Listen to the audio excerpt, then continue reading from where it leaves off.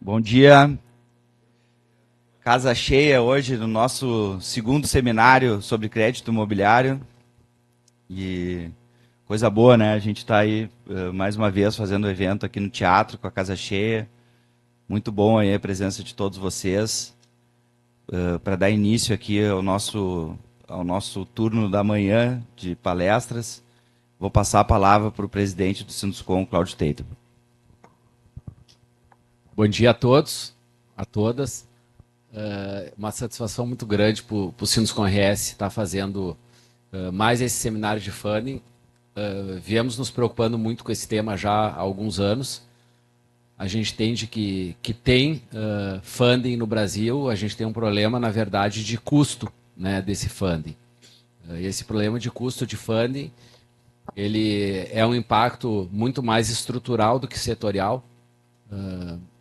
A gente tem uma inflação que enxergamos aí na faixa, numa banda de 5% e uma taxa de juros de 15%.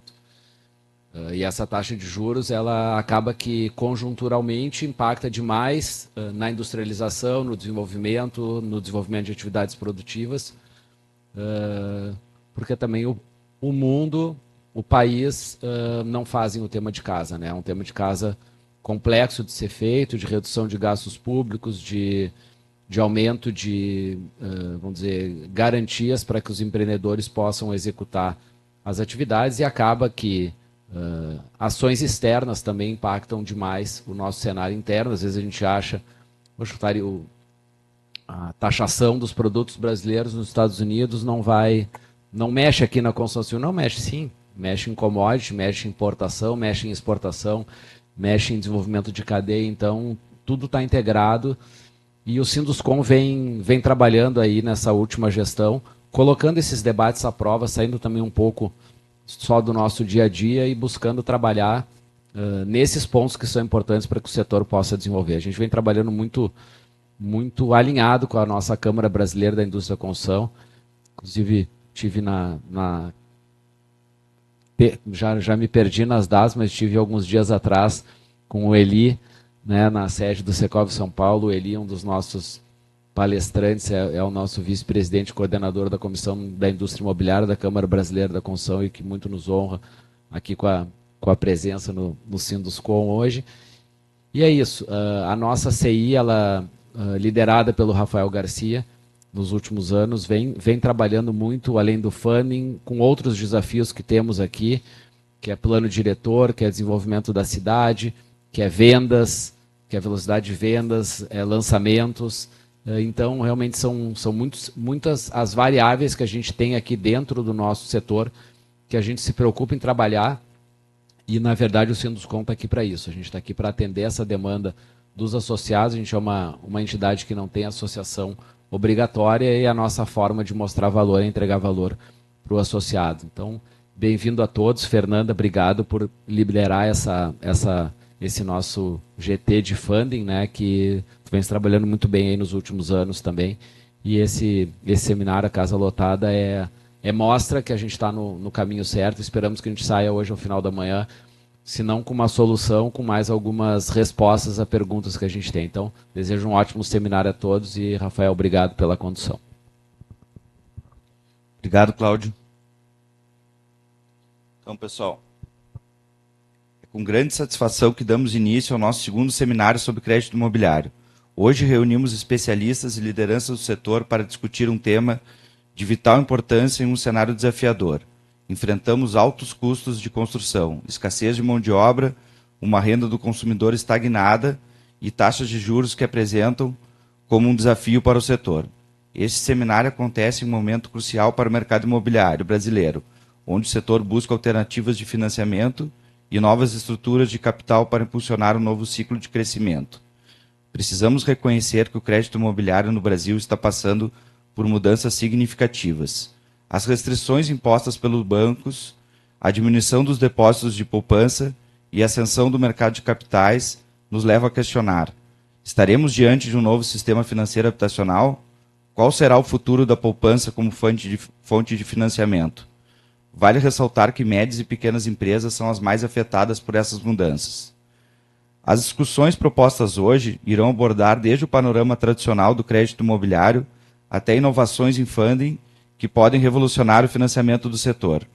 Convido a todos a se engajarem nas discussões que teremos ao longo da manhã, pois a troca de ideias é essencial para encontrarmos soluções mais eficazes. Então, pessoal, vamos dar início aqui ao nosso seminário. Tá? A gente vai ter aqui na tela um QR Code, não sei se... Aquele QR Code ali para mandarmos perguntas aqui, e a gente vai, ao longo do painel, passando essas perguntas aos palestrantes aqui, os convidados. Vou passar para a Fernanda. Obrigada, Cláudio, Rafael. Bom dia a todos. Eu sou Fernanda Charneski, coordenadora do Comitê de Funding aqui do Sinduscom. E é uma alegria recebê-los aqui para falar de um tema que certamente está presente aí nas rotinas gerenciais e estratégicas de todas as empresas. Saúdo a todos presentes, a diretoria do Sinduscom e equipe, os ilustres palestrantes, mediadores e convidados. Em especial, uma saudação aos colegas do comitê, que me acompanham de longa data nessa missão de contribuir e apoiar os associados na complexa relação com o crédito imobiliário. Falar de funding é algo dinâmico e, por isso, o nosso aprendizado é contínuo. Não é só sobre buscar recursos, é sobre como e quando estruturar esses recursos para potencializar projetos, agregando valor e protegendo margens. Em 2025, se consolidou como uma prioridade para decisões de novos negócios, sendo um elo entre capital, inovação e desenvolvimento imobiliário. Então, esse é o nosso desafio. Eu agradeço a presença de todos novamente. Vou fazer também agradecimentos aos nossos patrocinadores, né? Especialmente patrocinadores e apoiadores que tornaram esse seminário possível. Os patrocinadores Master, Banrisul, Gerdau, Tintas Killing e Sulgás. Patrocinador Prata, Caixa e Governo Federal, com o apoio do Sistema Fiergs. Rafael, acho que quer falar do Sinduscom Premium. Antes de a gente iniciar, só dar um toque aqui com relação ao Sinduscom Premium, que é o nosso grande evento aí do Sinduscom, né? A gente já está na 28ª edição, e lembrando que as inscrições dos cases, elas se encerram no dia 10 de setembro. Então aí temos poucos dias aí para enviar e se inscrever no seminário. Tá? É um evento aí muito prestigiado, e nós já estamos aí com 54 cases inscritos e buscando o recorde, né, Léo? O recorde do ano passado, falta um, né? Ano retrasado a gente chegou a 55 cases, então a gente está muito esperançoso aí em buscar esse recorde. Tá, pessoal? Então vamos dar início aqui ao nosso painel, nosso primeiro painel.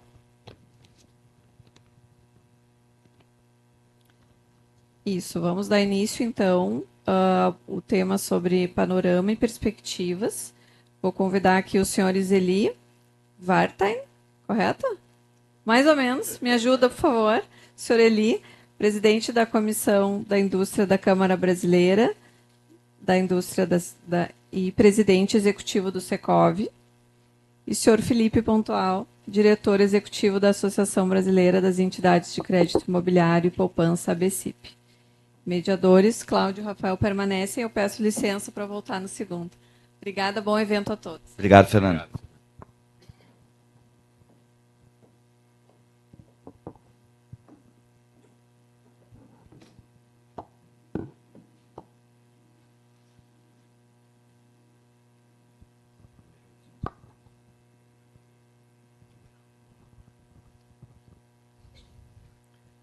Eli, Pontual, obrigado pela presença. Realmente vocês são peças-chave aqui para a gente poder começar esses debates hoje, já que o Eli está com o microfone na mão, então, não, te convidar a iniciar os debates. O Eli, além de grande amigo, presidente do Secov São Paulo, também preside a nossa Comissão da Indústria Imobiliária da Câmara Brasileira da Construção, tem feito aí vários diálogos com o governo federal, né? Ele em prol de discutir alternativas, falar sobre crédito imobiliário, buscar estender a importância do setor no andamento, como o antigo presidente da CEBIC, o ex-presidente da Casa fala, na locomotiva, né, da economia. Então, Eli, obrigado pela presença e a casa é sua. Bom, bom dia a todas, a todos. Rafael, Cláudio, obrigado pelo Roso Covid. Felipe, grande amigo também, somos vizinhos lá em São Paulo. E, como você falou, quer dizer, eu estou, né, presidente do Secov, estou também na CI, mas eu sou incorporador imobiliário, como acredito que a maioria de todos aqui. E como o tema é funding, então eu vou contar um pouquinho sobre o que a gente está fazendo e também como é que, em especial, vamos dizer, o Secov São Paulo está enxergando essa questão. Então, o Felipe já está cansado de ver essa apresentação, posso fazer? Então, vamos lá. Né, qual é hoje, a gente chama de pizza de funding do nosso setor, né? Desculpa se muitos amigos já conhecem essa história, mas a gente precisa sempre dar um passo atrás para posicionar. Aqui à direita, nós temos, vamos dizer, o que nós temos hoje da chamada, o que eu chamo de pizza de funding, né? Todos os componentes do nosso funding total. Então, a gente tem aproximadamente aí 2,15 trilhões de reais disponíveis para o setor, dividido ali à direita, SBPE, quando vocês lerem SBPE, é a caderneta de poupança, né? Então, ela tem ali seus 762 bi, 35% aproximadamente do nosso funding, o FGTS e os outros, a gente chama de outros fundings. Outros fundings é tudo aquilo que não é caderneta de poupança. O que nós estamos hoje tratando, que o Banco Central do Brasil está, vamos dizer assim, colocou na imprensa, pelo menos, como um novo sistema financeiro de habitação, ele está tratando daquele primeiro item, o SBPE, que é a caderneta de poupança, né? Então, é sobre isto que a gente vai falar um pouquinho hoje. Muitas vezes as pessoas falam, olha, mas o setor é muito, ainda tem outros fundings, né? Quer dizer, não tinha antigamente, a gente era 100% dependente da caderneta de poupança do FGTS. Hoje eles representam 66%. Os mais experientes, mais antigos, como eu, de cabelo branco, não é o caso do Felipe, nós vivemos a maioria do nosso tempo só com aqueles dois outros fundings, né? Só com a caderneta de poupança e o fundo de garantia. O resto era recursos próprios ou mesmo investidores que, de uma forma, todas as empresas poderiam ter. Hoje não, a gente tem um mundo mais, digamos assim, mais moderno, mais conectado com o mercado financeiro, com o mercado de capitais, e graças a Deus, então, a gente tem esses outros instrumentos, como LCI, CRI, etc, etc. Eu, naquela época, uns 15 anos atrás, aproximadamente, participei bastante desse novo marco legal, acho que tem uns 20 anos, aproximadamente, da construção desse novo marco legal, que não seria só a caderneta de poupança. E, à época, a gente trabalhava, né, tinha uma coisa interessante, porque não fazia o menor sentido na época. Eram coisas que eram feitas naquele momento e que a gente sabia que não teria efeito prático. Mas um dia teria. E aí chegou. Hoje nós temos uma pizza de funding bastante diferente. Então, para aqueles que atuam, né, como a gente, de forma voluntária no mundo institucional, vale a pena. Tem coisas que a gente está fazendo hoje, desafios que a gente tem hoje, que parece que não, né, muitas vezes até desanimam. Eu aqui dar um depoimento. Não desanimem, não, porque muitas vezes a gente faz algo hoje que não faz sentido hoje, mas fará logo à frente. E para quem trabalha no setor imobiliário como o nosso, curto prazo não é o nosso DNA, é longo prazo. A gente está acostumado, né, a demorar 2 anos para, não sei como é que é aqui em Porto Alegre, mas São Paulo demorar 2, 3 anos para comprar um terreno, 2, 3 anos para aprovar uma obra, para nós é à vista, né? Passa rapidinho e mais responsabilidade, mais construção. Cada empreendimento é 10 anos, 12 anos, então a gente já tem, viu, Felipe, esse defeito. Eu queria ter sido banqueiro, mas não deu. Então, infelizmente, a gente já tem um pouco desse DNA. Então, vamos lá, avançando. Quando a gente pega todos esses fundings que eu falei e compara com aquela linha tracejada, que é a linha de quanto está sendo investido no mercado imobiliário, do total do funding que tem, a primeira conclusão que a gente chega é o seguinte: nós não temos um problema de quantidade de funding. Tem dinheiro. O que não dá é para pagar o custo desse dinheiro.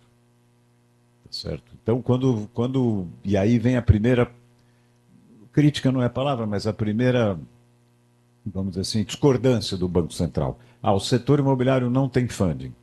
Para nós tem.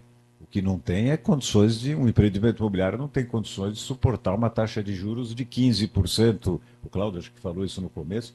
Como é que nós vamos pagar 15% de taxa de juros, mais o spread, mais não sei o quê, mas você vai pagar 20, 21, 22? Eu não sei. Minha empresa tem 73 anos. Eu nunca tive a sorte de poder ter uma rentabilidade tal, mas eu sei que eu sou mais azarado que os outros. Então, assim, não dá para pagar esse preço, tá certo? É impossível pagar esse tipo de coisa. Então, é disso que a gente está falando. E fica claro. E outra crítica que sempre se faz, crítica não, perdão, a observação que sempre se faz, o Brasil não sai dos 10% do PIB com relação ao crédito imobiliário. Mas já foi 5. Nós estamos falando que é 10. Se a gente aplicar todos os recursos que em tese, nós podíamos chegar a 20. E por que não chega a 20? Porque nós não temos taxa de juros decente há séculos, acho que desde o tempo da República. Então, primeira premissa, o setor entende que não tem falta de funding. Tem problema de custo de funding. Aqui, posso levantar para explicar? É um pouco difícil, mas não é difícil. Parece. Só para os amigos entenderem. Nessa primeira linha A, a gente colocou a necessidade de recursos que o setor tem para a produção. Como é que a gente chegou neste número? Nós pegamos o que o mercado hoje lançou no Brasil inteiro, botamos um crescimento do mercado imobiliário por 10 anos de 3% ao ano, colocamos que a caderneta de poupança nominalmente vai crescer 2% ao ano e que os outros fundings, que são todos aqueles menos a poupança, vão crescer 5% ao ano. Só para vocês terem uma ideia, ele está crescendo a 10% ao ano, os outros fundings. Então, aqui na primeira linha, a gente colocou quanto que a gente precisa para a produção. No B, no D de dado, a gente colocou quanto que a gente precisa para comercializar tudo aquilo que a gente tem. Tá certo? E já considerando a queda de 50% que a gente teve no recurso da produção, eu vou direto aqui para a linha final. Quando a gente vai aqui, nos próximos 10 anos, está sempre azul. E no acumulado também. Ou seja, essa é a prova matemática que a gente não tem problema de funding. Né? Eu estou só querendo fazer uma tabela em cima daquilo que eu falei antes. Então, o Banco Central entende que o setor tem problema de funding. A gente entende que não. Então, começa aqui uma coisa importante, um detalhe importante. O Felipe depois acho que vai falar sobre isso. Posso seguir? Muito bem. Quando a gente correlaciona o comportamento, por exemplo, da caderneta de poupança, ou mesmo do nosso funding com a taxa de juros, eu estou falando uma coisa óbvia, né? É claro, quanto maior a taxa de juros, mais sangramento tem na poupança. E ao contrário, a mesma coisa. Na hora que a taxa de juros cai, a caderneta de poupança para de sangrar. É óbvio, né? Até para nós que eu sempre brinco assim, eu só queria comprar um terreno e fazer um predinho. Né? E agora estamos discutindo política econômica, reforma tributária. Não me ensinaram, cara, para saber tudo isso aí. Então, é primário isso. É absolutamente primário. Então, se nós tivéssemos um país com taxa de juros de 10%, de 9%, por tempo seguido, né, se nós fôssemos minimamente civilizados nessa questão, mesmo os bancos tradicionais não fazendo propaganda da caderneta de poupança, porque não se faz propaganda, os outros bancos, não sei se é banco, nessas fintechs, que nem tem, se a gente chegar para os nossos dois filhos, né, que trabalham no mercado financeiro, tanto o meu quanto o do Felipe, eu não sei nem se eles sabem o que é caderneta de poupança. Acho que eles nem sabem. Mas assim, a verdade é que a caderneta de poupança vai acabar um dia? Vai. Nós fizemos uma conta, vai demorar 28 anos. Outra conta que nós fizemos, tem um desavisado aí que esqueceu 750 bi na caderneta de poupança. Não sei se é o dinheiro de pinga do Safra. Tem um maluco aí que deixou 750 bi nesse negócio. É um baita de um dinheiro, mesmo sendo mal remunerado. Precisa avisar o desavisado aí, tá certo? Então nós não podemos abrir mão dele, mão da caderneta de poupança, porque ela um dia vai acabar e na nossa conta daqui 28 anos, eu não preciso. E aí a segunda questão com o Banco Central, por que dar um cavalo de pau agora e fazer um novo sistema financeiro da habitação em 45 dias se o nosso problema vai se manifestar daqui 28 anos? Calma, né? Take it easy mesmo. Uma coisa por vez. A gente acorda, toma café, né? A gente não acorda e janta, né? Então, a gente já chegou no Banco Central e falou assim, peraí, que pressa é essa? E aí aquela pergunta tradicional de gente desconfiada como é procurador. O que é que está por trás disso? Quem está ganhando? Quem está perdendo? Que história é essa? Foi esses questionamentos que a gente acaba colocando. Bom, aqui todo mundo sabe, mas como é que é hoje? Né? Hoje você tem aqui, vamos dizer assim, da pizza da esquerda, você tem 65% da caderneta de poupança, ele vai para o imobiliário, né? 15% é livre, os bancos podem fazer o que quiserem, e 20% é o encaixe do compulsório. E desses 65%, 52% ele vai para o habitacional, quer dizer, vai financiar a nossa moradia, e 13% é habitacional, mas pode ser shopping center, enfim, outras coisas. E esse 65%, que é o chamado direcionamento, o setor financeiro está super aplicado. Ele está aplicando mais do que os 65% exige, é verdade isso. E por quê?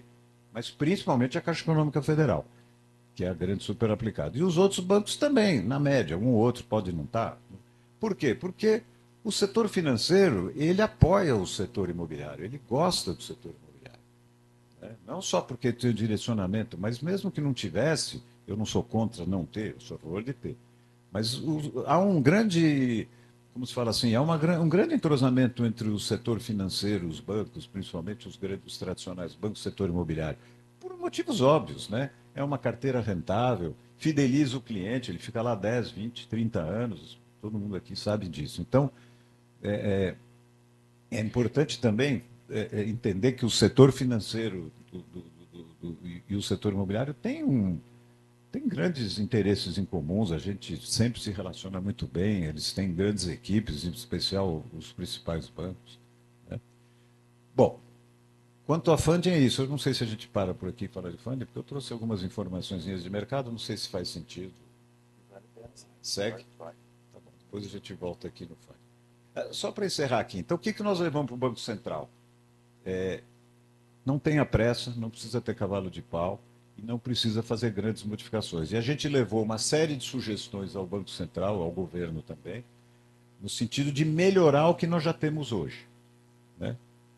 Usar o compulsório, usar, enfim, depois a gente entra em alguns detalhes, que só isso por si só já colocaria bastante recursos a mais no nosso sistema. Lembrando, não é o fato de ter mais recursos, já que a gente tem, que vai cair a taxa de juros. A taxa de juros só vai cair quando o governo, né, tem um fiscal, na minha opinião, minimamente decente, e aí sim nós vamos para a taxa de juros. Né? A taxa de juros é o termômetro, não adianta você falar, jogar fora o termômetro, vamos atacar a infecção. A infecção é outra, né? Apesar do discurso aí por aí. E a gente está também cobrando até onde dá, né? O governo federal para que ele tenha um comportamento mais, enfim, por óbvio, né? Posso falar um pouquinho do mercado? É rapidinho. Aqui, só para trazer um pouquinho para vocês como é que funciona, como é que está o mercado imobiliário da cidade de São Paulo, não do estado, depois eu vou falar do Brasil.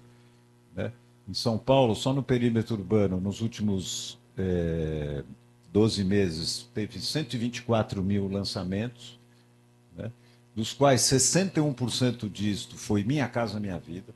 O mercado imobiliário da cidade de São Paulo, na Minha Casa Minha Vida, principalmente agora, né, Felipe, com a faixa estendida de 500 mil, ele vai realmente aumentar muito, a quantidade é crescente. São Paulo tem uma legislação urbanística muito favorável para a questão do Minha Casa Minha Vida, né, e para apartamentos menores. Foram lançados 70 bilhões de reais. Aí, é claro, o ticket inverte, né, porque o ticket é menor, então 20% 30% aproximadamente do VGV é Minha Casa Minha Vida. Né? Foram vendidas 113 mil unidades, né?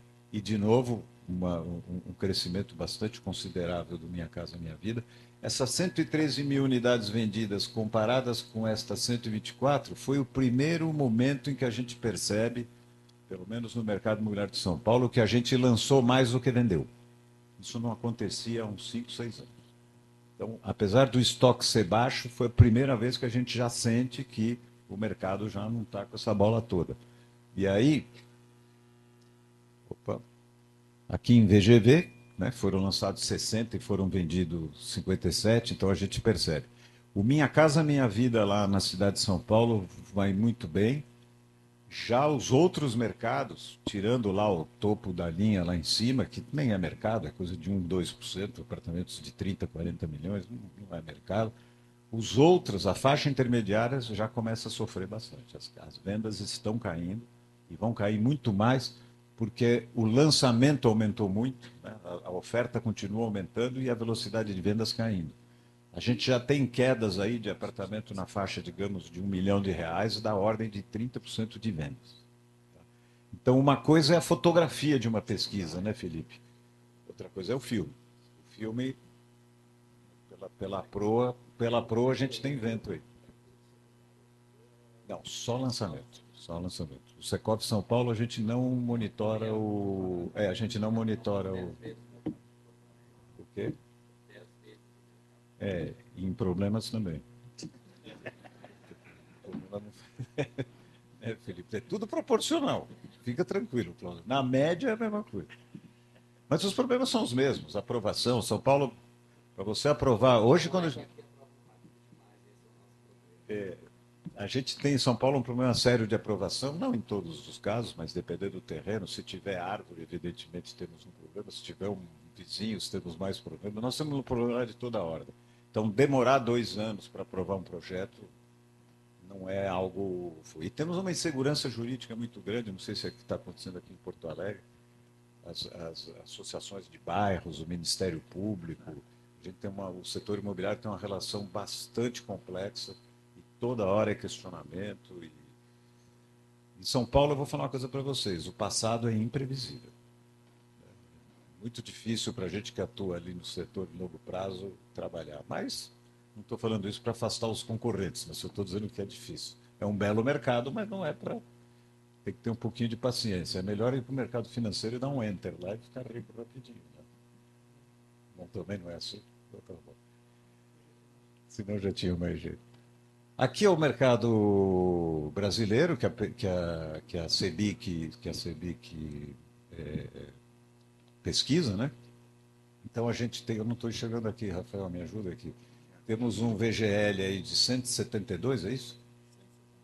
174 bilhões e também aqui vendas de 123 bilhões aqui na direita. E aqui por região, né, a gente sempre tem, pela primeira vez a gente viu aí o Centro-Oeste, né, que tem sido uma locomotiva, né, no Brasil. Pela primeira vez ele apareceu em vermelho, né?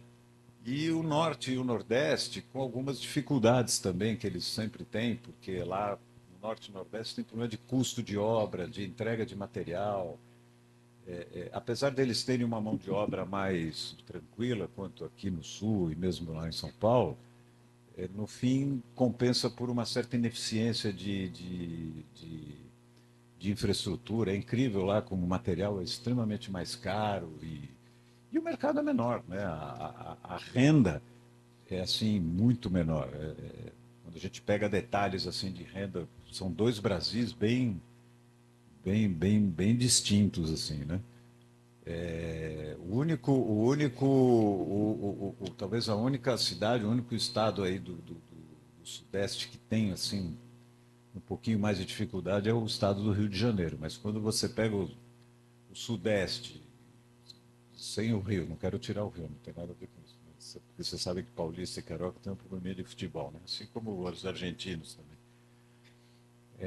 Mas assim, o mercado do Rio é um mercado um pouquinho mais complexo, mais difícil, mais indo em direção ao comportamento do Norte e Nordeste do que do Sul e Sudeste. Chega, falei demais, paro por aqui.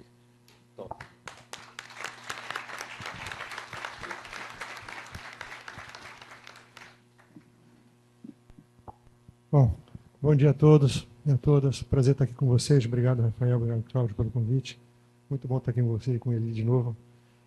O Eli já falou metade da minha apresentação, embora eu depois vou ter que fazer uns contrapontos com relação ao que o Banco Central pretende, segundo o próprio Banco Central, o diretor Gil Neu, que é o diretor de normas, esteve no seminário da BCIP, no summit da BCIP, que foi no mês passado, mas no início desse mês, e ele deu algumas dicas do que eles estão pretendendo fazer lá. A gente já fala disso.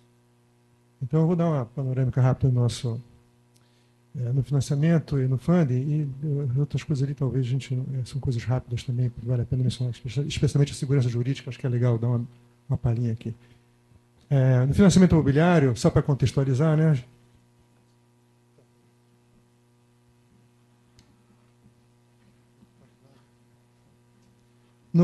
Olhando o financiamento imobiliário como um todo, né, a gente tenta um desempenho bastante interessante, a gente vem de um momento muito forte, de novo a fotografia, como ele estava dizendo, é boa, olhando o final de 2024, né, foram quase 1.200.000 unidades construídas, ou financiadas, melhor dizendo, 312 bi no total, o próprio SBPE ali, a linha verde, estava crescendo, então o negócio estava indo bastante bem, e esse ano, no final do ano passado, a gente começou a sentir mais a questão de funding.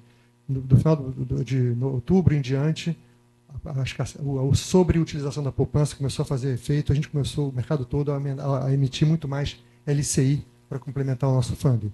E aí o preço começou a subir devagarzinho, do custo para o cliente que vai comprar o imóvel, e aí a gente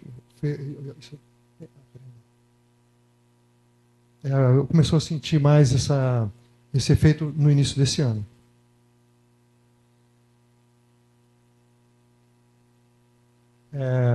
Olhando para a expectativa que a gente tem para 2025, a gente está vendo um crescimento, um decréscimo, né, de 4% no total, somando o funding, o financiamento com funding SBPE, poupança e financiamento do FGTS.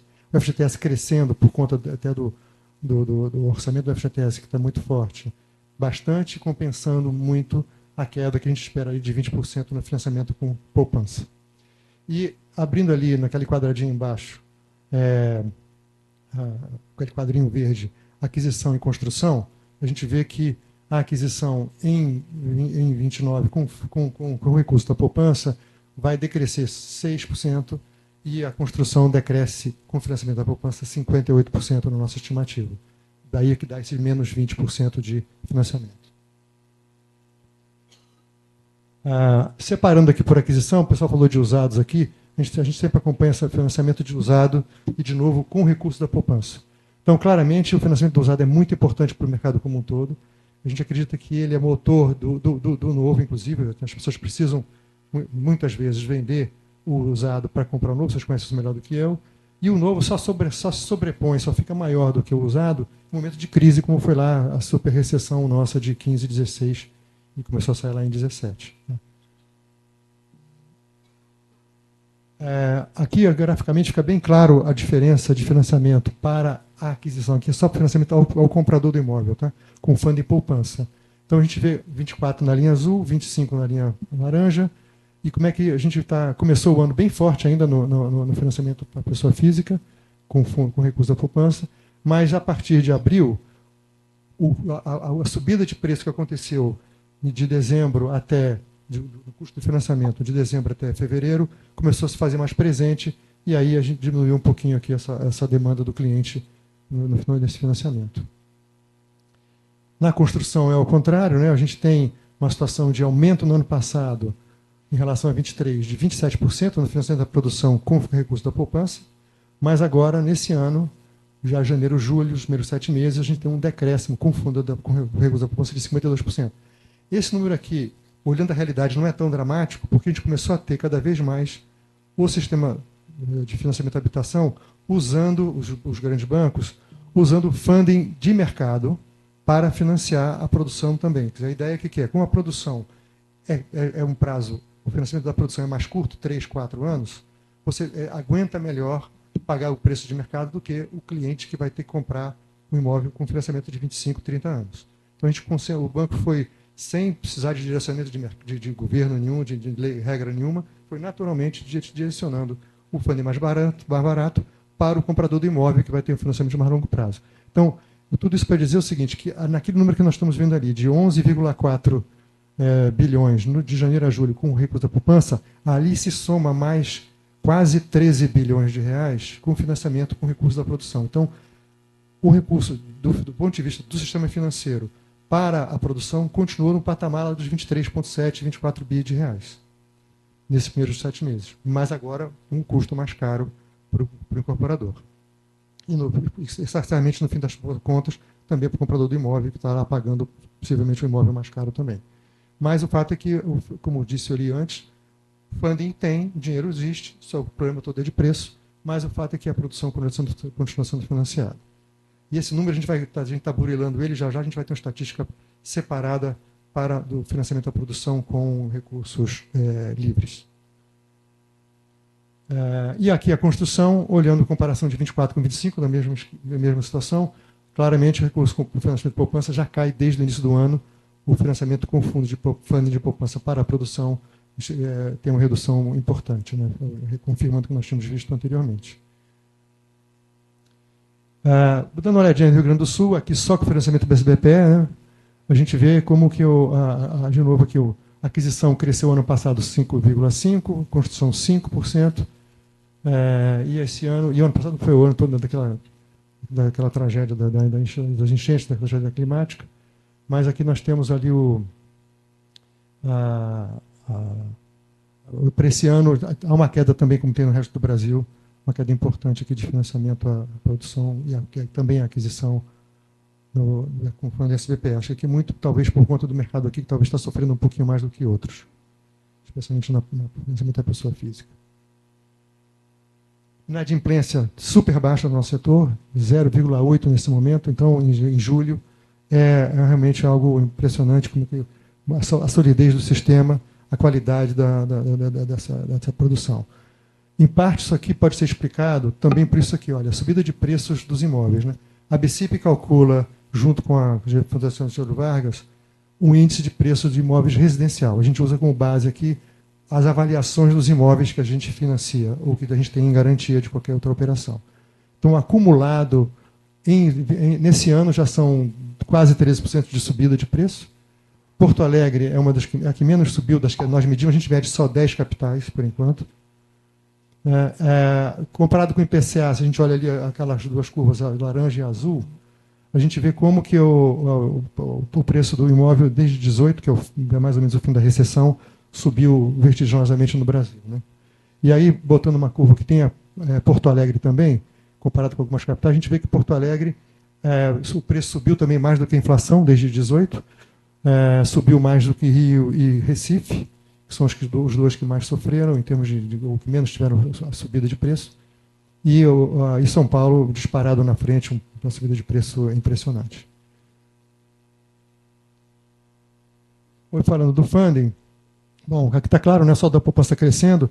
Eu acho que no cálculo que vocês fazem de estimar que a poupança vai crescer nominalmente 3% ao ano, me parece que não deve acontecer. Mas, enfim, pode acontecer, mas eu acho que ela está um pouquinho otimista, porque a gente vê aqui, olha, nós estamos com, tudo bem, estamos com um juros super alto, o estímulo para usar a poupança, sair da poupança e para outros investimentos é grande.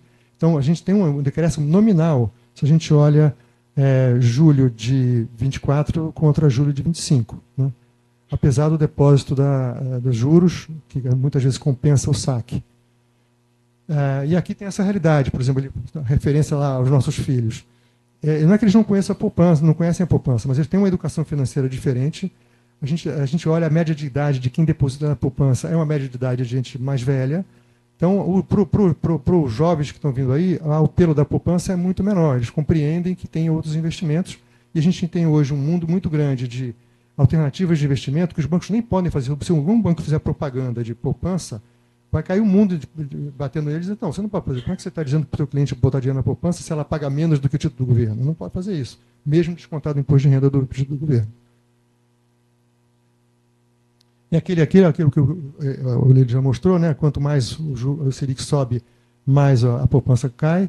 Mas aqui a gente acha que tem uma questão estrutural, como eu disse. Quer dizer, quando o juro cair, possivelmente o apelo da poupança melhora um pouco, mas ainda tem a questão estrutural de mudança de cultura da população e de educação financeira também. Aqui a sobreaplicação dos bancos tem uma pequena, está acima de 70%, tem uma pequena quedinha ali em julho para 68%, mas ainda assim é sobreaplicado. Então, o uso intenso da poupança por parte do sistema financeiro. Aquela pizza, que só um pouco mais expandida, e só para destacar que, como que é importante a LCI, que está ali em azul, né? Como é que ela cresceu de 15% do funding para 19%, esse ano crescendo 33%. Então, para os bancos, a LCI é muito importante.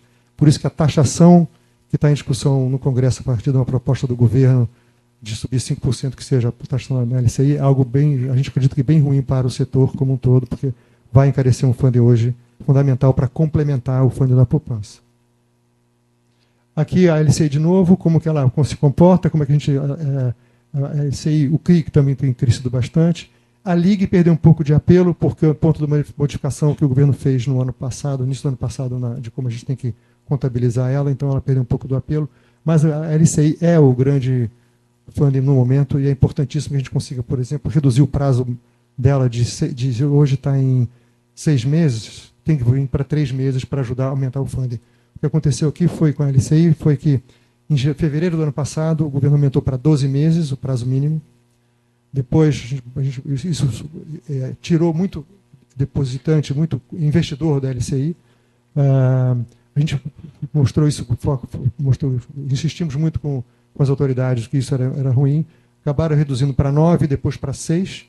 E ainda assim, vir para 3 é importante, porque tem um comprador de LCI que não se sente seguro com o dinheiro preso por 6 meses que seja. Então, você aumenta muito a liquidez muito de investidores querendo ali a LCI, portanto, o preço fica um pouco mais barato e o volume aumenta, né? O volume aumenta e o preço fica mais barato por conta disso também. Para atrair alguém para o longo prazo, tem que pagar mais juros. E aqui uma coisa que é muito importante, que eu posso chamar aqui da nossa jabuticaba, uma jabuticaba, que é essa questão do nosso fundo imobiliário, né? Esse aqui é um estudo que a Oliver Wyman fez junto com a BCIP no ano passado. E eu estou querendo chamar a atenção principalmente para essa coisa em laranja aqui embaixo, em amarelo, o spread. Então, o Brasil, tradicionalmente, já há muitos anos, nós temos essa combinação de FGTS e de poupança, ou seja, fundings subsidiados. Então, nós estamos no mundo da carochinha no fundo subsidiado, maravilhoso mundo subsidiado. Então, permitiu que, mesmo na luz de estabilidade imensa de inflação, de juros altos, etc., a gente chegasse aí a 10%, quase 11% do PIB, do PIB. A gente tem um spread, o cliente do crédito imobiliário, paga no Brasil 1,5% ao ano, abaixo do que é o custo do título do governo. O cliente americano paga 3,2% acima do título do governo para tomar crédito imobiliário. E os europeus pagam lá em termos de 2, 1,9%, por aí. Né? Então, o americano paga mais caro que os outros, em termos de spread, sobre o título do governo de seus respectivos países, e o brasileiro paga menos 1,5%, que não faz sentido nenhum. Quer dizer, se para ele fazer 1,5%, alguém está recebendo um dinheiro menor do que paga o título do governo. Né? Em qualquer economia, o título do governo é a taxa básica de juros, que é a taxa tida como de livre de risco, e daí para cima tem que vir o resto. E aqui, uma outra coisa, como é que funciona também outro quadro interessante, também feito pela Oliver, que mostra um pouco da combinação, né? De onde vem o financiamento aos imóveis. Né? Então, quanto mais escuro a cor azul, maior é a concentração daquele tipo de depósito. Então, a maioria dos países, o grosso do financiamento vem de depósito bancário ou de poupança, de alguma forma de poupança. Né? A securitização imobiliária é muito forte nos Estados Unidos, e lá tem mecanismos criados já há muitos anos atrás, que funciona um mecanismo bastante complexo, até com garantia do governo para as agências que compram os recebíveis, etc. Lá ficou muito forte. E o covered bond também é bem interessante em alguns lugares, especialmente ali nos nórdicos, Suécia e Dinamarca. A securitização é algo tipicamente de mercado de capitais e tem importância em diversos países também, e é sempre um complemento. Todo mundo acaba tendo um mix disso tudo aí. Né? E aqui a questão das taxas, né? Como é que é muito sensível isso? A taxa de 10 anos hoje está em 13,5%, mas a cada momento que tem uma desconfiança qualquer, uma sensação de que o nosso fiscal vai desandar, e ele estava, em janeiro de 25, estava ali em 14%, vou bater 14,7% em dezembro de 24, né? Qualquer alguém quiser fazer uma mágica, por exemplo, não, vamos baixar a Selic na marra, aquela ponta de 10 anos ali sobe rapidinho para muito mais. Quer dizer, não tem o que, e aquilo ali o Banco Central não controla. Aquilo é o mercado futuro na Bovespa que está fazendo as contas de todos os investidores que estão comprando esses prazos todos aí. Né? Bom, então, antes de entrar na pauta BCIP, só para falar então da questão do funding. Né? Então, a gente entende o seguinte, o que o Gilneu estava nos contando aqui lá no nosso seminário, que o Banco Central está trabalhando, está chegando o seguinte, que a poupança não é suficiente para fazer o nosso juros, o nosso crédito imobiliário sobre PIB subir para além dos 10, 11%. Que ela está, ao longo do tempo, perdendo apelo dos investidores, e ela e mesmo que ela não suma, ela vai ficar cada vez mais irrelevante, ou menos importante, conforme você vai tendo outros fundings para fazer a operação. Então, o que ele está tentando fazer, diz ele, é uma transição de até 10 anos.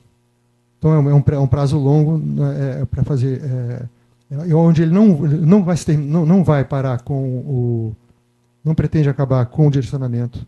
Então, o direcionamento continuaria existindo, e ele ainda vai forçar os bancos a tirar alguns pontos, algumas coisas que são elegíveis para o chamado Mapa 4, para aqueles 65%. Por exemplo, FCVS, que poucos bancos têm hoje, mas alguns têm ainda bastante, que é o Fundo de Compensação de Variação Salarial, que é de coisas do passado, mas que tem aí alguns bilhões de reais, e também os imóveis que estão do chamado bens não de uso, que são imóveis que os bancos retomaram, não venderam e estão em carteira lá ainda. Então, durante um período, eles podem ser usados para isso também. Isso também sairia. Então, ele também usaria isso como forma de liberar, ao longo do tempo, o compulsório. Porque o argumento do Banco Central, a gente tem pedido muito para eles o tempo todo, que libere o compulsório, pelo menos uma parte, o quanto antes, mas eles dizem que isso não faria sentido, que liberar já, porque você teria aquele monte de dinheiro imediato, ele duraria 6 meses, 1 ano, e depois, e aí? Então, e você deixaria perderia o efeito que eles acham que tem, que é de segurança para o sistema. Se a poupança esvazia de repente, se há qualquer crise, ele tem lá o compulsório para atender a liquidez dos bancos e deixar o mercado saudável. E o Banco Central, de verdade, tem esse chapéu também da segurança do sistema, da liquidez do sistema. Então, esse argumento dele de então a gente liberaria devagarzinho, aos poucos o mercado ia entrando e usando esse compulsório. Então, o debate ainda está em andamento, não tem uma conclusão ainda. Eles estão conversando com todo mundo, conversando com a indústria da construção, conversando com outros atores. Enfim, isso vai depender. Ainda não sabemos o resultado final dessa discussão. Então, acho que é isso, gente. Obrigado.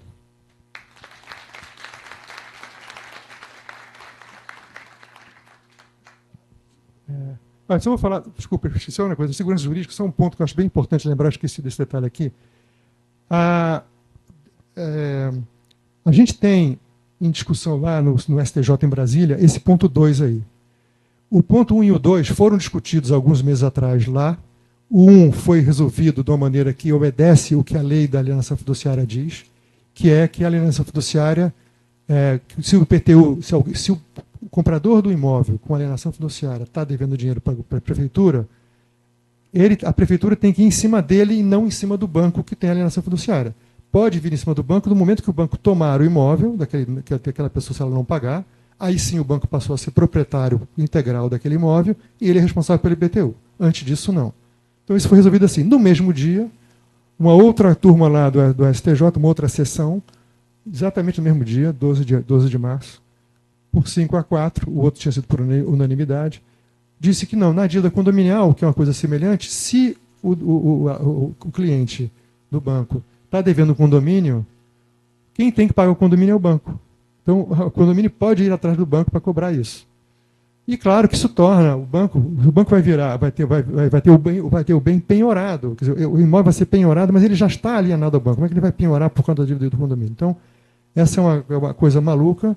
A lei é muito clara com relação a isso, que não poderia ser dessa forma, mas olharam um caso específico lá e resolveram isso. Então, agora estamos lá numa discussão ainda, recursos, vai ter um repetitivo que está sendo julgado, então estamos lá numa luta grande para que isso não aconteça, porque isso significa, em última análise, crédito mais caro, porque você vai ter que selecionar mais ainda quem vai comprar o imóvel e, eventualmente, cobrar algum spreadzinho a mais em face desse tipo de risco. Era isso. Obrigado, Pontual. Vou pedir aí para, se a gente puder colocar na tela aqui o QR Code com as perguntas, tá? O celular para as perguntas. Eu recebo aqui e vou passando. Bom, obrigado, Felipe e Eli, pelos questionamentos. Eu vou um pouco pelo último trecho aí das apresentações de vocês, que é o que vocês estão enxergando um pouco agora no curto e médio prazo, né? Hoje, falando um pouco aqui de Porto Alegre, Rio Grande do Sul, empreendimentos que foram analisados aí até agosto, setembro, outubro do ano passado, né? Eles estão performando ainda com uma taxa de financiamento à produção aceitável. Mas o que a gente vê é o seguinte: a grande empresa, ela de um jeito ou de outro está conseguindo apostar numa taxa de juro futuro e fechar grandes operações de alguns bilhões, seja em CRI, seja em fundos, a 100% do CDI, 101% do CDI, e apostando que ali na frente vai baixar o CDI e a taxa de juros vai equilibrar para 12,5%, 13% e vão conseguir viabilizar a operação dentro de um ponto desse. Quem está ali no Minha Casa Minha Vida, no 500 para baixo, também está organizado, porque também tem a Caixa Federal como grande parceiro e está conseguindo também fazer isso. O meio termo está complicado, né? Tanto a construção para classe média, né? Que é aquele apartamento de 600 mil, 700 mil, 800 mil, 1 milhão, 1 milhão e 100, muito difícil esse apartamento aqui em Porto Alegre, pelo menos, né? Mas a gente vê isso no resto do Rio Grande do Sul. Ele está muito premido por preço, então tu não consegue, tu ainda tem uma oferta grande disso, não consegue pegar preço e esses apartamentos hoje, sei lá, R$ 1 milhão é um 2 dormitórios de 60 metros quadrados. E as incorporadoras, o que elas estão fazendo? Reduziram muito o ritmo de lançamentos, a gente nunca teve tão pouco lançamento. O último ano foi muito pouco lançamento, esse ano a gente está em níveis baixíssimos de lançamento. Pessoal segurando a mão para esperar o que vai acontecer com a taxa de juros. O alto padrão, de um jeito ou de outro, tu vai de repente acabar viabilizando uma taxa um pouco mais alta, porque tu tem uma margem maior e aí tu consegue agregar um pouco de valor. Mas isso é um pedacinho. Hoje a gente tem 49% do VGV vendido aqui em Porto Alegre alto padrão. 49% das unidades, quase 50% de unidades lançadas em número é estúdio e em VGV é alto padrão. Então tu acaba criando umas incongruências de mercado, né? Que até onde isso aí vai ser suportado. Então, o que a gente queria entender de vocês é se tem um horizonte de curto prazo nessas negociações com o Banco Central, se vocês enxergam aí que nos próximos meses, ainda em 25, tem um cenário de equalização desse compulsório ou realmente o Banco Central está pensando mesmo em uma mudança mais drástica, essa que a gente também não é muito a favor, porque tu não sabe o que vem do outro lado, né? Então, vou passar primeiro para o Felipe e depois para o Eli aí para inverter a ordem das respostas. Bom, pergunta bem difícil. A questão principal é, como já foi dito anteriormente, até na apresentação do Eli, quer dizer, o problema é a questão estrutural do fiscal do Brasil, da parte fiscal e da taxa de juros. Então, enquanto isso não resolver, qualquer outra discussão é acessória, é para quebrar o galho. Não tem muito de onde tirar, porque dinheiro para mais subsídio não tem, né? Senão agravaria mais a fiscal ainda, você faz mais pressão ainda na taxa de juros. Então, assim, a primeira parte é claramente só resolvendo fiscal para resolver de verdade essa situação. Paliativos, talvez tenha uma coisa ou outra para ser feita. Eu acho que a transição que o Banco Central pretende fazer, ele está ciente que não tem como resolver rápido. Se ele liberar, eventualmente, a gente continua, do ponto de vista com o ABCIP, a gente continua insistindo para liberar o compulsório logo. A gente acha que já existem mecanismos suficientes de segurança para o sistema bancário dentro dos mecanismos hoje de Basileia, as regras de Basileia, que são as regras que exigem, que regulam quanto de capital os bancos têm que ter.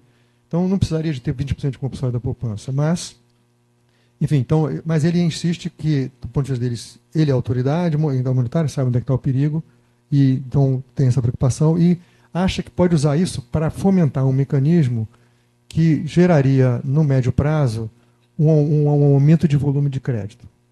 Né? De crédito a preços razoáveis.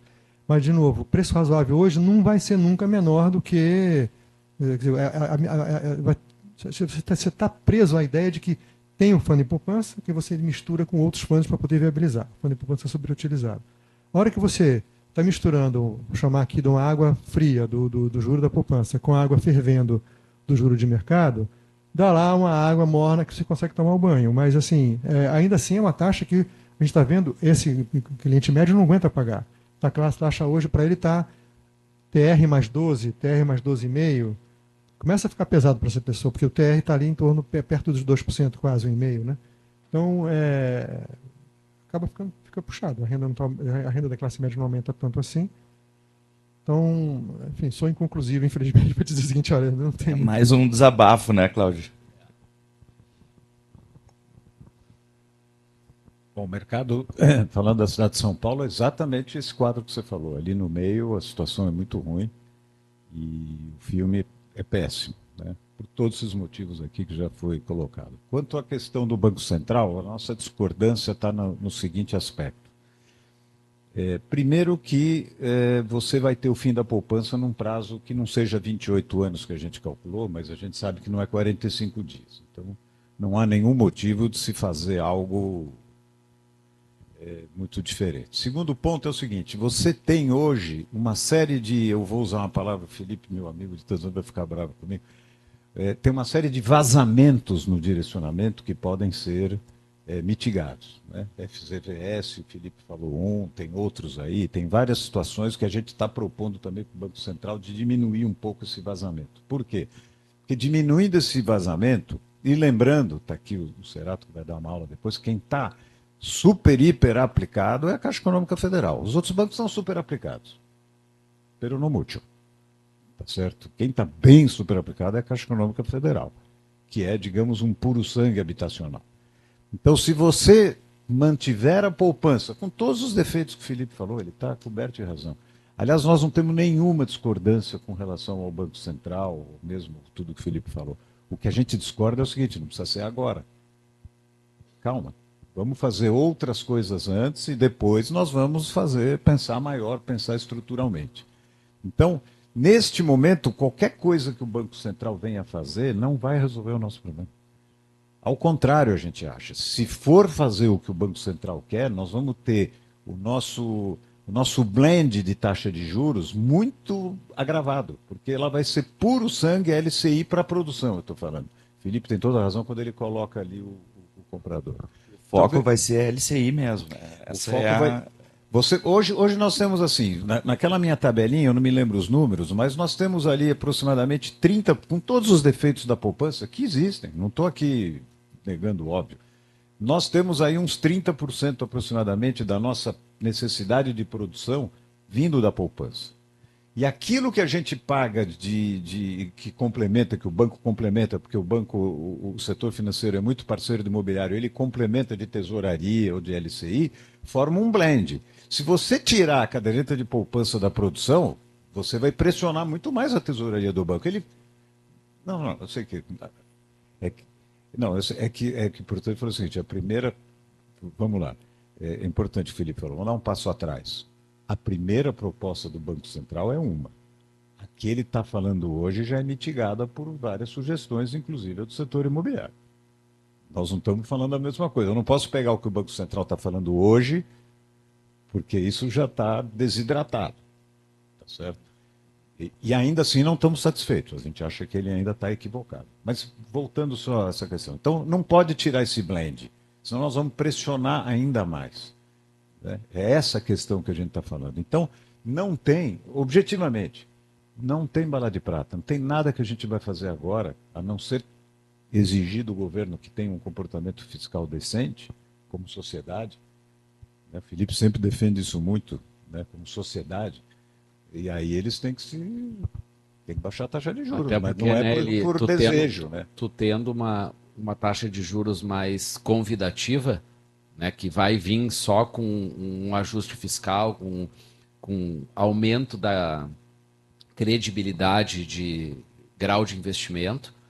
Sem isso, ou quer dizer, com isso, tu vai tornar uma LCI mais competitiva, tu vai tornar outros recursos de tesouraria mais competitivos que se combinem com a produção, mas não com 15%, com 13% ou com 12%. E aí está a nossa discordância, não da tese do Banco Central, do momento. Por quê? Porque você não pode, num país que não tem histórico de taxa de juros baixo, vamos fazer uma analogia, eu não sou médico, né? Só quero comprar um terreninho e fazer uns prédios, só isso. Mas assim, né? Um filho meu, num determinado momento da vida dele, teve um problema gravíssimo de garganta, e eu descobri que não podia operar a garganta quando ele estava com pus na garganta, com placa na garganta. Primeiro você tem que tratar a infecção para depois fazer a cirurgia. Fazer agora o que o Banco Central pretende fazer com taxa de juros de 15%, para mim soa o seguinte: nós vamos fazer a cirurgia com um cara que está com pus na garganta. Vamos primeiro tratar o pus da garganta? Tem muita coisa para fazer. Depois tira a amígdala do dito cujo. Tá certo? Então, é esse o nosso debate.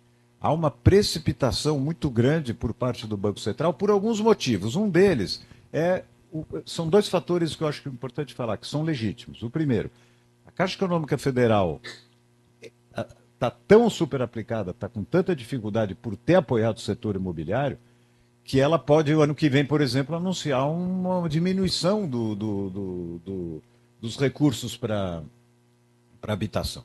Tá certo? Tecnicamente, porque a Caixa está fazendo das tripas coração para atender o mercado.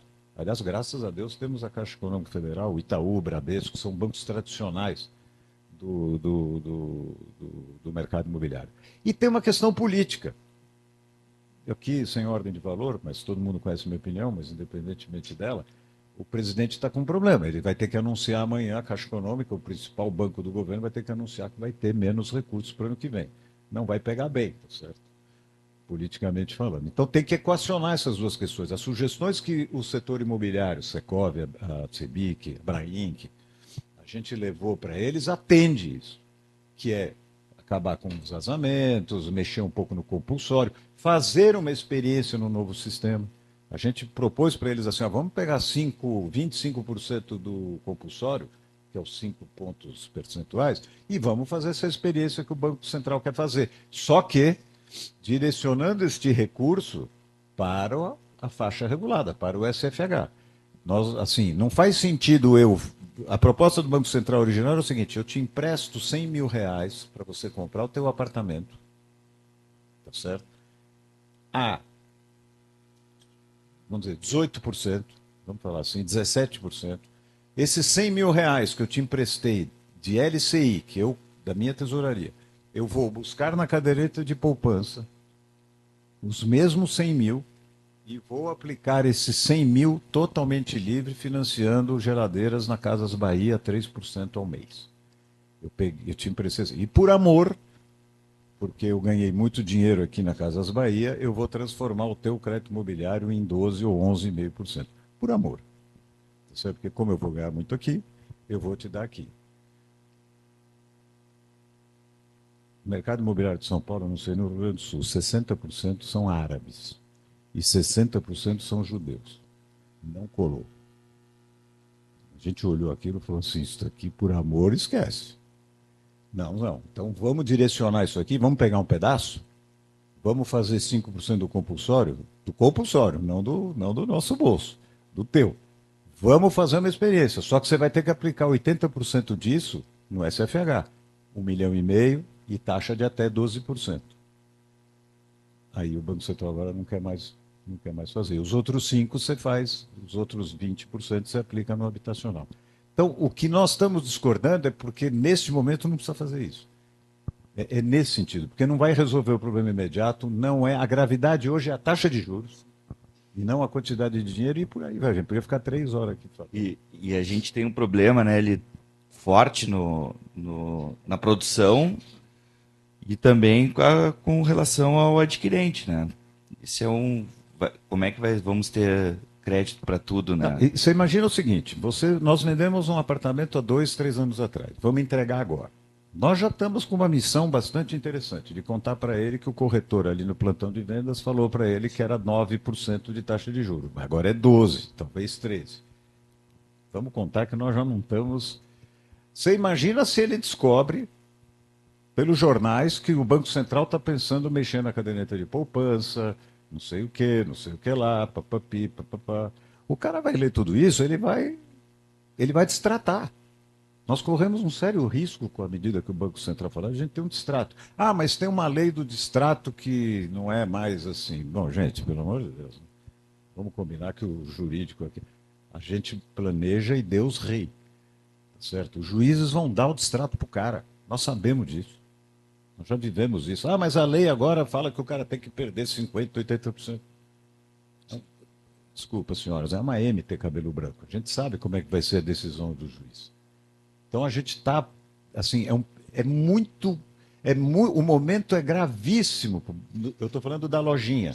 O momento é gravíssimo para a gente, para o Banco Central fazer o que ele pretende fazer. Porque ele pode fazer a gente pode ter situação de pessoas. Felipe colocou aqui que está valorizando tal. E será que está valorizando ad eternum isso aí? E daqui a pouco não vai mais valorizar. Os caras vão pedir dinheiro de volta. Neste momento. Então, assim, é difícil. E convencer o cliente que ele vai comprar LC. Ah, e a primeira versão do Banco Central, ele tinha que passar, porque como tem que securitizar, porque não pode, não sei o quê, tinha que comprar IPCA+. O comprador ia comprar no IPCA+. Alguém já experimentou na lojinha vender IPCA+ para o comprador? Agora, no dia que o Brasil tiver um histórico de inflação baixa, por período. No dia que o Brasil tiver um histórico de taxa de juros, quando eu falo histórico, sei lá, 5 anos, 10 anos, aí nós podemos nos comparar com os Estados Unidos, com a Noruega, com esses outros caras. Por enquanto, a gente é o que é. E para encerrar, quando a gente fala do direcionamento e do funding negativo, a gente está falando de um funding negativo comparando com o rendimento da caderneta de poupança em cima de um poupador que é mal remunerado. Não é dinheiro público, não é subsídio público. Segundo, ele é mal remunerado e ele não é obrigado a ter na caderneta de poupança. Ele pode, se ele quiser, ele saca. Está lá porque ele quer. Como eu brinco, tem um desavisado que esqueceu lá 750 bi. Ninguém está perdendo com isso. Quem está perdendo porque quer. E quando o Banco Central fala esse negócio do direcionamento é um discurso antiquado, na verdade é o seguinte, e eu falei isso para o Gilneu, claro, quase saí preso, é o seguinte, olha, se é para acabar com o direcionamento, no limite, paga poupança igual ao CDB. Porque não é justo vocês falarem que a gente quer pegar um recurso que vocês dizem que é direcionado subsidiado, mas vocês querem pegar para vocês. Não, espera um pouquinho, pela lei é nosso. Eu não vou abrir mão do que eu tenho. Tá certo? Eu, setor imobiliário, falava, pera um pouquinho. Nós vamos remunerar a poupança igual. Péssima ideia essa minha. Vamos remunerar a poupança igual ao CDB, é uma coisa. Agora não, continua mal remunerado e eu pego o dinheiro e vocês não pegam mais. E outra coisa, no novo sistema não precisa ter compulsório. No atual não pode acabar com compulsório. Uai, me explica. No novo sistema, no velho sistema, toda segunda-feira às 8 da manhã, todo mundo pode chegar lá no banco e pedir a cadeira de poupança de volta, não pode? Esse risco não está acabando. Então, por que no velho sistema o compulsório é a vaca sagrada da Índia e no novo não é? Então faz o seguinte, acaba com ele agora. Acaba no velho. E vamos conversando sobre uma coisa mais estrutural, como o Felipe bem colocou. Deixa eu fazer uma pergunta aqui. Considerando o DNA do governo atual, não seria melhor aguardar o seu término, rezar para não se reeleger e depois negociar possíveis alterações na poupança? Eu acho que não é assim. qualquer governo, e esse também, está preocupado com todas essas questões. Qualquer governo que ganhar no ano que vem, seja esse que está aí, seja um outro qualquer, vai ter que fazer um ajuste fiscal continuado. O ajuste fiscal não é um problema só do governo, é um problema da sociedade também, né? Quando você fala de cortar milhões de... Tem muita coisa subsidiada, tem muito benefício fiscal de um lado e de outro. Então, tem um jogo de pressão de todos os lados, é complicadíssimo de resolver. Então, assim, não acho que uma coisa não é tão simples de um é horrível e o outro seria maravilhoso, né? Eu acho que qualquer um que vier vai ter que, na campanha, prometer algo nesse sentido, porque senão o próprio mercado futuro vai mostrar, quer dizer, a economia vai mostrar, né, deixa eu refazer, a economia vai mostrar, seja na taxa do dólar, na taxa de juros, que a coisa está estranha. Entendeu? Se alguém que vai tá prestes a ganhar e não está mostrando responsabilidade fiscal, o dólar vai explodir, a inflação vai junto, vai ter sintoma. Então, acho que todo mundo tem uma consciência de que a coisa vai acabar andando. O Congresso é fortemente mais para o centro, né? Então, enfim, mais é gastador também ao mesmo tempo. Então, assim, é um problema bem complexo. Focando no nosso caso aqui, então eu acho que vale a pena pensar assim em alguma coisa. Essa discussão toda é boa. Eu acho que é interessante que o Banco Central está escutando a indústria da construção. O que ele traz é uma preocupação legítima, que faz sentido estar preocupado, de chamar a atenção. A minha visão do que eles estão tentando fazer e o caminho que eles estão percorrendo de debate vai levar a uma solução que vai fazer uma transição. Acho que a ideia deles é isso, que é de preparar o caminho devagar para que a transição aconteça.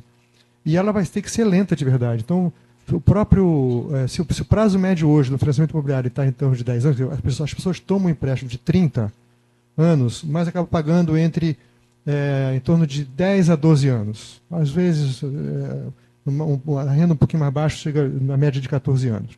Então, é relativamente rápido isso aqui. Então, se você imaginar que ao longo de 10 anos o grosso do crédito imobiliário já vai ser trocado, você vai naturalmente entrando devagarzinho no outro sistema.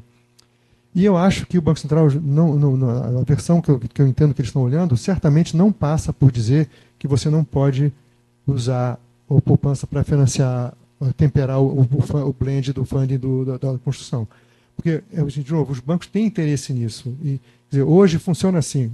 Os bancos já estão fazendo um blend, seja para a pessoa física, seja para a pessoa jurídica, né, para o incorporador. Então, esse blend vai acontecendo. E com relação, não há perigo, eu acho, de haver obrigatoriedade de IPCA. Eu acho que todo mundo, mesmo algumas cabeças da área econômica do governo, que tinham essa ideia de achar maneira de facilitar a securitização, já entenderam que o IPCA não tem muito como resolver.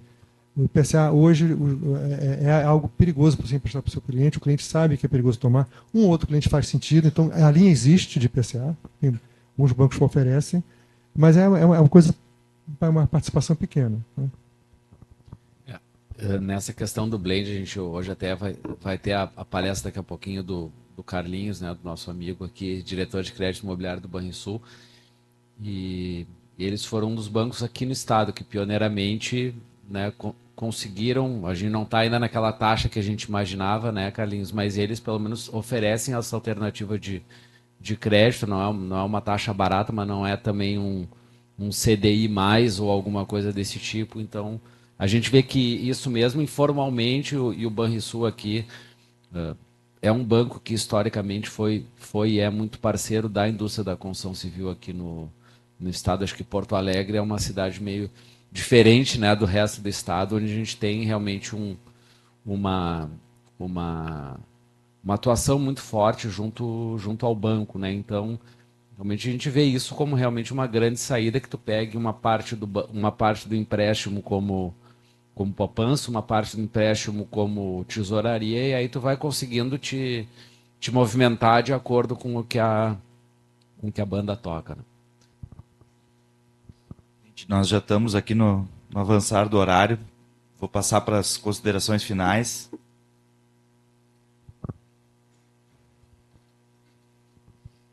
Bom, não, obrigado. Foi um prazer estar com vocês aqui. Essa discussão é sempre importante.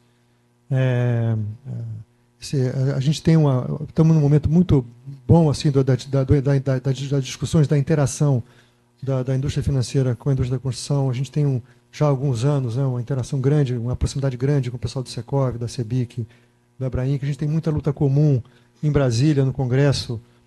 Então a gente tem muito mais pontos em comum do que discordância. Acho que nem tem discordância aqui nesse momento, né? O objetivo é conseguir realmente o funding, são uma solução duradoura e saudável para o funding. Para os bancos interessa uma economia pujante, crescendo, sem inadimplência, com crédito crescendo, com as indústrias crescendo, com o imobiliário crescendo. O cliente do imobiliário para a gente é muito importante. Então, eu acho que é bem bacana esse tipo de discussão e acho que a gente vai acabar... Enfim, tem um sofrimento da discussão do que está acontecendo agora, mas vai tudo dar certo mais para frente. Complementando, bom, primeiro agradecendo o convite, né? Bacana estar aqui com vocês, obrigado pelo convite. Complementando o que o Felipe falou, existe hoje, e eu peguei também a época em que não era desse jeito, nos últimos 20 anos, a gente tem uma parceria imensa com o setor financeiro, especial com a BCIP, né? Não é só porque o Felipe é um amigo meu particular, mas há uma convergência muito grande. Eu acho que o setor imobiliário, junto com o mercado de capitais, inclusive, e com os bancos, hoje tem uma sinergia imensa. A gente trabalha, é impressionante, todos os lugares, teve na BCIP há 2 semanas atrás, todos esses parceiros sentam na mesa sempre querendo melhorar as coisas. Isso é muito importante. Neste momento só temos apenas não é nem uma divergência, não é divergência de conteúdo, é no momento de aplicar isso. A gente acha que não é o momento de fazer isso agora, é só isso. Todas as teses são absolutamente as mesmas.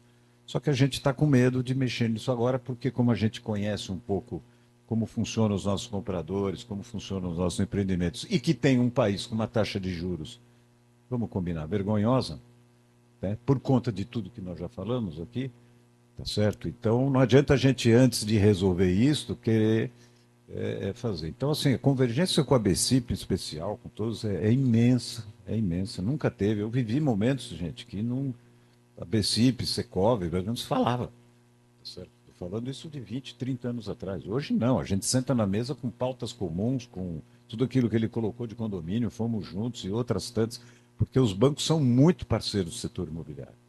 Muito, muito, muito, muito, muito. E o mercado de capitais também, o que requer que as empresas também do mercado de capitais, o Felipe e o Sandro sempre falam isso, eu tenho pequena e média empresa também, eu não tenho uma grande empresa. Nós temos também que nos comportar contabilmente, como se fala, de compliance. Preparar, né? Governança. Nós também temos uma lição de casa para fazer, para acessar esse mercado de capitais, como as grandes conseguem. Então, a gente também tem esse desafio e tem muita coisa que a gente faz junto. Então, só deixando claro, discordância nenhuma. É só o timing que a gente acha que não precisa agora, nesse momento, fazer isso. É apenas isso. E não vamos desistir da poupança. Não, por enquanto não. Por enquanto não. Deixa ela acabar. Deixa a poupança acabar por ela mesma. Sim. Né?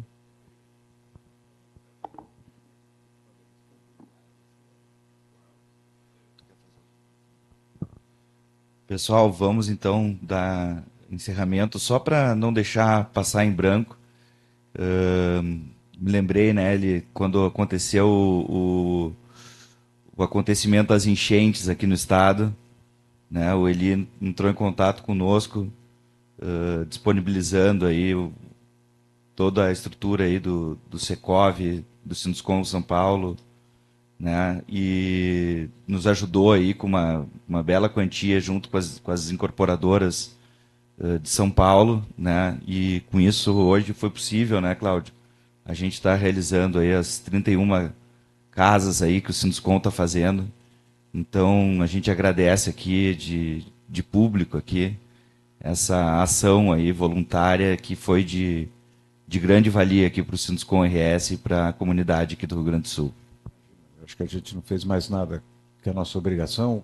Numa parcela infinitamente inferior, a gente teve no litoral norte, pouco tempo atrás, uma situação nem perto do que vocês passaram aqui. A gente, então, sabe disso e, assim, não tem nada que agradecer. Não fizemos mais nada que a obrigação que qualquer amigo faria. Obrigado, pessoal.